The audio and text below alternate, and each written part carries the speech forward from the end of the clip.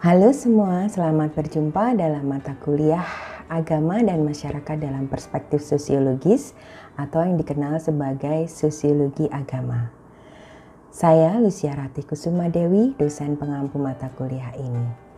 Dalam video pembelajaran kali ini, kita akan mendiskusikan tentang teori sosiologi Karl Marx. Tujuan dari video pembelajaran ini adalah untuk mendiskusikan apa saja pokok-pokok pikiran Marx tentang agama dan bagaimana eksemplar untuk menggunakan teori Marx dalam analisis sosiologis tentang agama dewasa ini.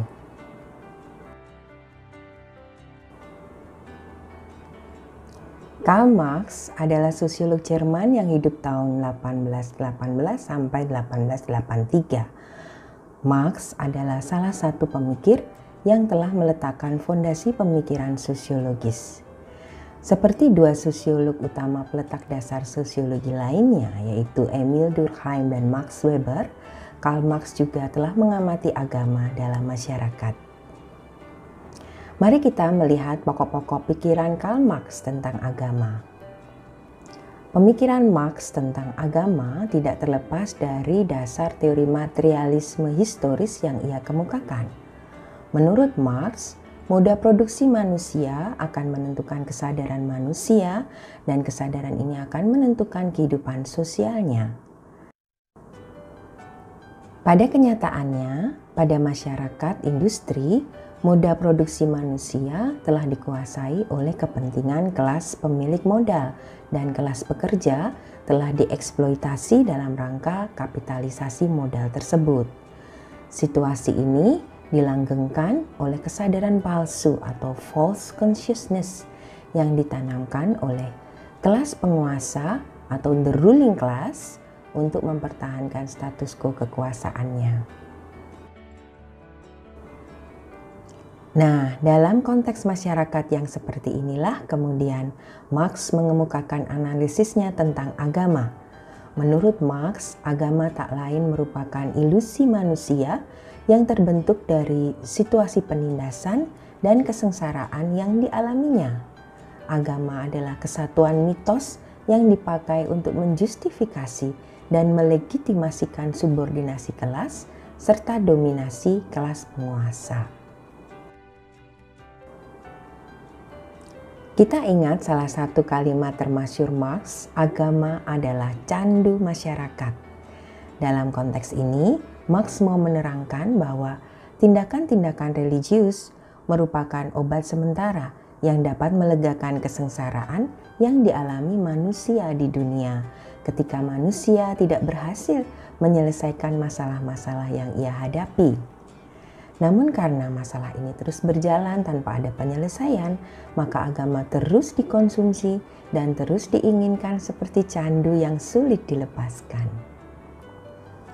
Agama dalam hal ini menjadi harapan akan penyelesaian kesengsaraan manusia dengan beberapa cara, antara lain janji akan kehidupan yang indah setelah kematian, janji akan pembalasan bagi mereka yang jahat, janji akan pahala setelah kematian, janji bahwa akan ada intervensi kekuatan supernatural atau yang disebut Tuhan yang akan membawa keadilan, dan masih banyak lagi. Hara Lambos dan Holbrooke dalam bukunya Sociology Terms and Perspective mengemukakan bahwa dalam pandangan Marx, agama bukan saja sesuatu yang ada dan langgeng karena situasi penindasan dan kesengsaraan, tetapi dalam hal ini agama sekaligus menjadi instrumen dari kontrol sosial untuk merawat sistem eksploitasi dan melanggengkan relasi kelas. Dengan menawarkan ilusi tentang harapan dalam situasi tanpa harapan, agama sebenarnya telah mendistorsi realitas manusia dengan janji perubahan dan menanamkan kesadaran palsu atau false consciousness. Lebih jauh, agama telah dimanfaatkan oleh kelas penguasa atau the ruling class untuk menjustifikasi ketidakadilan sosial di dunia. Misalnya, banyak di antara penguasa tanah bekerja sama dengan para pemimpin agama untuk tujuan politik tertentu. Nah, bagaimana eksemplar penggunaan teori Marx untuk menganalisis agama di masyarakat saat ini? Tentunya kita dapat mengamati bahwa masih banyak orang beragama dewasa ini karena merupakan sebuah warisan kultural, diterima dengan apa adanya tanpa mempertanyakan lagi apa itu agama. Dan banyak orang sebenarnya tidak mengusahakan tanda kutip kesadaran lain selain dari kesadaran yang dimilikinya saat ini tentang agama, yang menurut Marx merupakan kesadaran palsu. Dalam konteks komodifikasi agama misalnya, sangat terlihat bahwa agama telah dimanfaatkan oleh pasar dan otoritas agama sebagai the ruling class yang memiliki kepentingan ekonomi dan politik untuk meraih keuntungan dengan memperjualbelikan agama.